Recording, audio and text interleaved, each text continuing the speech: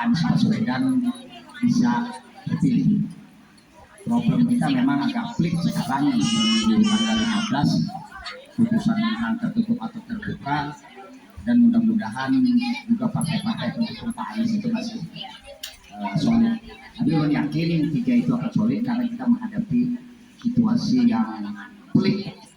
Oleh karenanya kami pun dengan kawan-kawan tanggal 21 ini akan melakukan demonstrasi di kilometer 17 di makam Hasan Basri. Jadi kalau pihak-pihak anak turun silahkan, karena momen gerakan Hasan Basri ini adalah momen di mana kita harus mengembalikan Kalimantan kepada asalnya. Jadi maksudnya asalnya itu begini. Tahun 49 tanggal 17 Mei itu Hasan Basri memproklamirkan Kalimantan Selatan adalah bergabung dengan Indonesia. Artinya menyerahkan Kalimantan ini kepada Indonesia. Nah sekarang justru terbalik. Kalimantan yang memberikan kontribusi ke Jakarta itu 350 triliun dari batu bara, kembalinya hanya 25 triliun. Hanya 1/10-nya tidak sampai. Itu yang akan kita perjuangkan untuk kita dalam tanda petik itu meminta pemerintah pusat itu adalah bertanggung jawab terhadap anggaran yang telah diberikan. Jadi itu momen kenapa mengambil Hasan Basri, karena beliau adalah pejuang. Jadi kalau beliau misalnya tahu keadaan Kalimantan Selatan yang hancur lebur seperti ini, perlu rasa beliau akan menangis. Menangis sejadi-jadinya, karena seandainya bisa bangkit dari kuburnya itu pasti beliau akan bangkit melihat keadaan Kalimantan yang sudah hancur. Hampir tidak ada jengkal lagi tanah kita kecuali tanah-tanah penduduk, selebihnya dihantam oleh para petambang-petambang. Ya, penguasa-penguasa itulah yang tapi semua tidak ada. Bukti konkretnya adalah kilometer 171.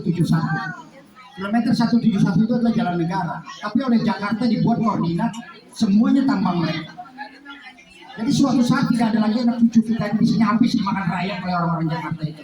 Nah itu yang akan kita bangkitkan. Kenapa di kuburan Hasan Basri kita ingin memanggil marwah perjuangan itu agar Kalimantan Selatan itu dipandang oleh Jakarta.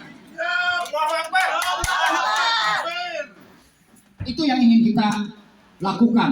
Ini pertaruhan, dan ini ulun mempertaruhkan juga segala-galanya. Karena pada saat 21 itu adalah wafatnya Bung Karno, dan 21 Juni adalah lahirnya Pak Jokowi. Yang pada saat itu dikatakan oleh PES, digoreng oleh PES bahwasanya Pak Jokowi adalah reinkarnasi daripada Bung Karno yang akan menyelamatkan Indonesia. Tapi 2 tahun kepemimpinan ini hancur lebur. Kita tidak menyudutkan atau seujung, ini fakta.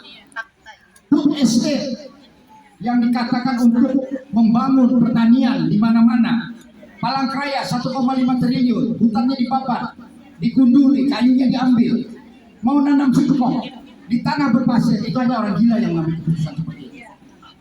Bagaimana mungkin 1,5 triliun menanam singkong? Singkong itu di mana itu? Itu yang harus kita tentang.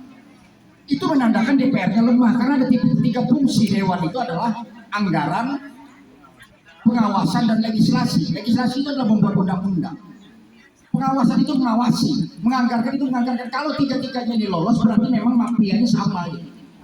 Jadi sama semuanya, artinya dewannya sama, eksekutifnya sama, tidak mungkin tidak sama. Itu yang kenapa kita harus lebih keras dengan Jakarta nantinya.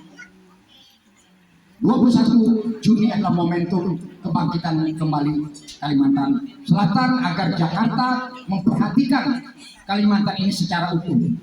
Itu momennya. Jadi ulun rasa itu pengantar ulun. Ini ada pertaruhan kita, quote in quote, melawan kejaliman, melawan ketidakadilan, melawan keserakahan, dan itu harus dilakukan bersama-sama. Itu harus kita lakukan bersama-sama, karena kalau kita hanya berdiam sendiri saja, kita pasti ditindas, tertindas oleh mereka, pasti itu. Tidak ada lagi anak cucu kita yang bisa selamat, karena semua rusak, media sosial rusak, tidak ada kontrol, karena kepemimpinan yang tidak bagus. Kalau pemimpin yang baik, tentu media sosialnya harus dikontrol, karena media sosialnya harus beradab. Harus mendaftarkan nomor HP hanya kepada eKTP yang mereka miliki, sehingga setiap orang bertanggung jawab terhadap apa yang mereka posting. Kalau sekarang siapa yang kontrol? Tidak ada. Semua bikin hoax, memotong berita orang, mengulangi, menambahi, mengedit, menjadi buruk. Tidak ada yang namanya mengedit itu menjadi baik, pasti menjadi buruk. Menambah-nambahi, belum lagi posting kekerasan. Tidak ada batas sama sekali dan tidak kontrol. Itu kenapa jadi kita harus berjuang ini. Kita dalam keadaan gawat karena undang-undang ITE itu sangat lemah di dalam penegakannya, sehingga orang sangat mudah mempengaruhi dan tidak tertutup kemungkinan. Ulang-ulangi, tidak tertutup kemungkinan bahwasanya itu adalah agenda luar negeri untuk menghancurkan Indonesia. Menghancurkan Indonesia harus hancurkan adabnya dulu. Hancurkan agar tidak berakhlak, tidak beradab, menjadi liar, lalu mementingkan diri sendiri. Itu adalah agenda luar negeri. Terakhir adalah yang akan kita demonstrasi adalah tentang datangnya band dari Inggris, Coldplay. Coldplay itu adalah pendukung LGBT. LGBT itu lesbian, gay, biseksual, transgender. Itu sekarang datangkan di Jakarta tanggal 15 November rencananya. Kita harus menolak karena itu agenda-agenda orang luar dalam rangka menghancurkan peradaban kita. Kalau kita sudah imannya lemah, selesai sudah. Semuanya akan lemah, tidak ada lagi optimisme kecuali pesimisme belaka-belaka. Akhirnya apa? Karena pesimis maka apa aja yang diberi orang tangkap terus. Itu karena pesimis. Artinya daripada kerja di duit, ada yang memberi tangkap, ada yang memberi tangkap. Karena tahu bahwasanya itu yang paling mengundang bala yang selama ini terjadi. Jadi jangan dianggap remeh soal suap menyuap. Ulun mohon mana jangan dianggap remeh. Karena pengundang bala terbesar itu adalah suap menyuap.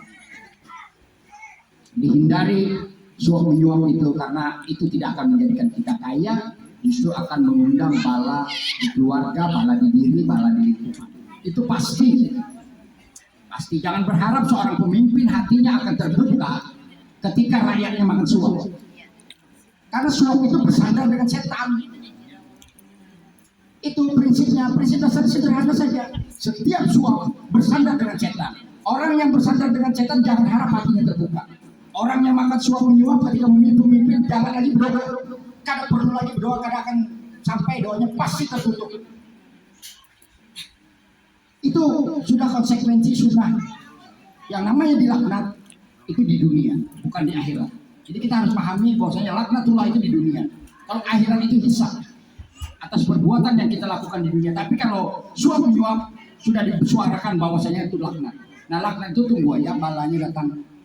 Jadi ulun berharap itu aja, bukan ulun apa-apa. Ulun memberikan motivasi kepada kita, bentengi keluarga kita, bentengi kawan-kawan, bentengi lingkungan kita, dan kita masih melihat Pak Anies Rashid Baswedan itu adalah yang terbaik. Jadi Anies Rashid Baswedan itu terbaik daripada calon-calon yang ada. Ganjar Pranowo dengan vulgar dia mengatakan bahwasanya, loh kalau saya nonton film porno apa urusannya? Itu kesenangan saya. Itu pemikiran liberal yang tidak masuk di Indonesia, tidak masuk bagi orang Muslim. Kenapa? Karena yang namanya pornografi itu dilarang di dalam undang-undang. Tapi ada calon presiden yang dengan serta-merta menggampangkan persoalan seperti itu, maka ini adalah kehancuran luar bangsa kita. Itu intinya. Jadi kita melihat pemimpin itu, lihat rekodnya itu benar kata Pak Anies. Lihat jejak rekamnya. Yang paling sedikit celahnya itu yang harus kita pilih. Tapi kalau ada orang calon meninggalkan rakyatnya berdarah-darah masuk di dalam kekuasaan, itu juga calonnya harus kita pertanyakan. Jadi kita bukan berprinsip buruk dengan seseorang atau sujud, tapi jejak rekam itulah yang menentukan apakah seseorang itu memang memiliki kemampuan menata negara ini atau hanya berpura-pura. Jadi itu saja yang ingin saya sampaikan. Sekali lagi terima kasih atas support dan dukungan kalian, dan sebagai motivasi kepada yang baru-baru dicalon, ulun ini 4 kali kalah, 2 kali dipilih, 1 kali wali kota, 1 kali DPRD. Dan kekalahan itu tidak murni kalah karena saya tidak mampu atau tidak dipilih orang, tapi faktor X di KPU dan lain-lain. Itu fakta. Jadi bukan ulun menyesali keadaan, cuma ulun memberikan motivasi. 4 kali kalah itu sudah luar biasa. Kalau mungkin orang satu kali kalah mungkin tersungkur sudah. Karena itu memerlukan energi yang sangat besar. Untuk mencetak baliho saja itu ratusan juta. Belum lagi sosialisasi. Tapi ya itulah karena kita ingin berjuang terus dan kita tidak akan pernah berhenti. Kalah tidak akan berhenti. Belum rasa itu sekali lagi terima kasih pantun untuk Priyanka. Jalan-jalan ke Martapura, singgah dulu di Lok Laingan. Pian memang rupawan, pasti memilih Anies Baswedan.